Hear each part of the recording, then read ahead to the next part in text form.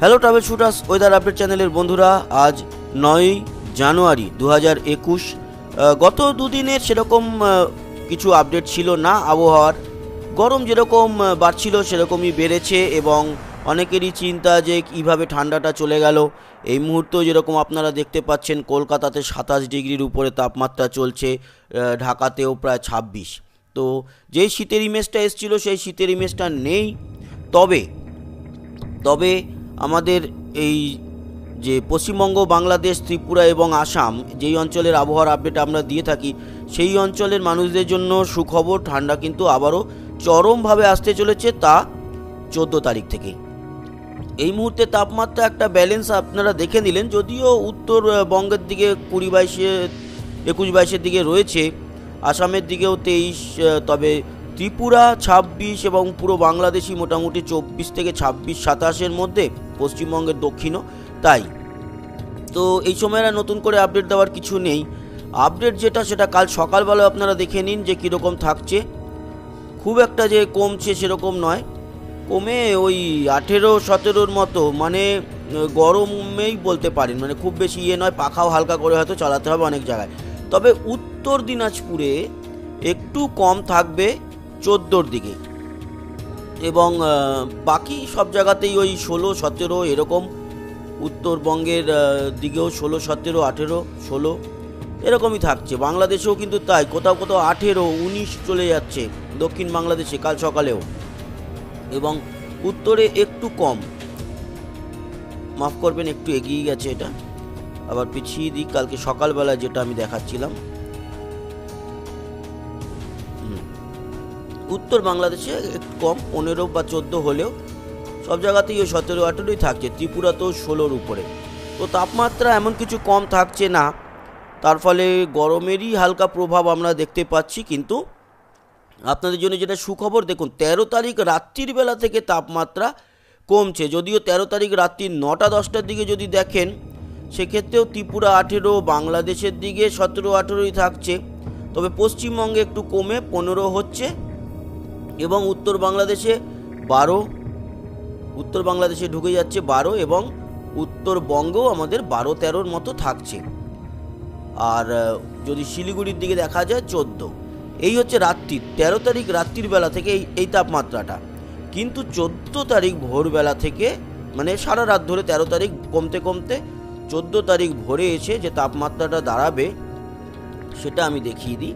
সেই তাপমাত্রাটা এসে কিন্তু দাঁড়াবে কলকাতাতে 11-12-র দিকে, 11-র দিকে। অতএব 14 তারিখ থেকে আপনারা আবারও সেই ঠান্ডা পেতে চলেছেন। দেখুন,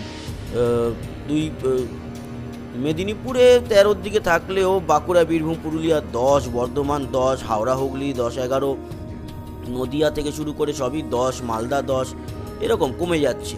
শিলিগুড়ির দিকে 12 এবং জলপাইগুড়ির দিকে 12, কোচবিহারে 12 এরকম থাকছে। বাংলাদেশেও কিন্তু কমে 11-র মধ্যেই চলে আসছে, এবং উত্তর বাংলাদেশে বা রাজশাহীর দিকে কিন্তু 9 চলে আসছে। সিলেটের দিকে একটু কম থাকলেও আবারও এটা কিন্তু চলতে থাকবে।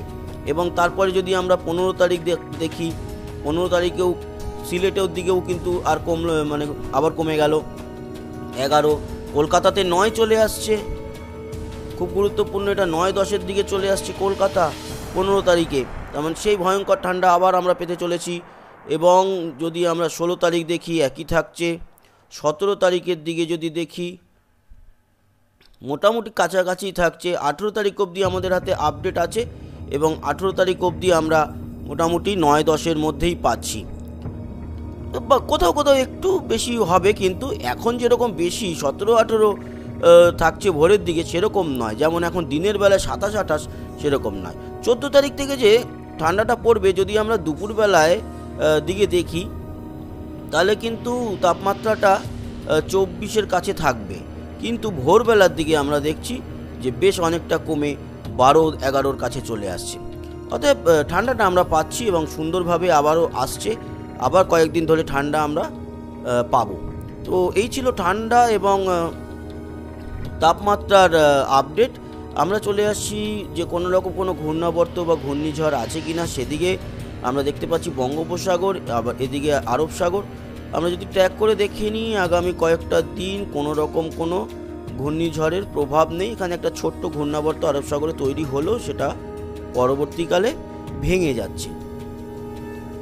তো কোনো রকম কোনো ঘূর্ণিঝড়ের আশঙ্কা নেই, না আছে ভারতে, না আছে অন্যান্য আশেপাশের দেশে, বাংলাদেশের দিকেও নেই। আর যদি বৃষ্টির দিকটা একটু আপডেট দেখে নিই, বৃষ্টির দিকটা আমরা পাচ্ছি যে বৃষ্টি কিন্তু দক্ষিণ ভারতের দিকে মাঝে মধ্যেই আসছে। বঙ্গোপসাগর থেকে ভারী মেঘ ঢুকে দক্ষিণ ভারতে মাঝে মাঝেই বৃষ্টিটা থাকবে এবং শ্রীলঙ্কার উপরে থাকবে। দেখুন মাদুরাই, চেন্নাই 11 তারিখ বৃষ্টি আছে, এরকম বৃষ্টি চলতে থাকবে। দক্ষিণ ভারতে শীতকালেও বৃষ্টি হয়, মানে আমাদের এখানে ঠান্ডাটা পড়ে, দক্ষিণ ভারতে ঠান্ডাটা পড়ে না, সাগর সংলগ্ন অঞ্চল বলে এটা মাঝে মাঝে চলতে থাকবে। তবে আমাদের পশ্চিমবঙ্গ, বাংলাদেশ, আসাম, ত্রিপুরার দিকে কোনো রকম কোনো বৃষ্টির সম্ভাবনা নেই। এই ছিল মোটামুটি আপডেট। আশা করি ভিডিওটা কাজে লাগলো। সঙ্গে থাকবেন, আমাদের সাবস্ক্রাইব করে লাইক শেয়ার অবশ্যই করবেন, আর কমেন্ট বক্সে লিখবেন আপনার গুরুত্বপূর্ণ মতামত। আসি, আবার দেখা হবে, টাটা।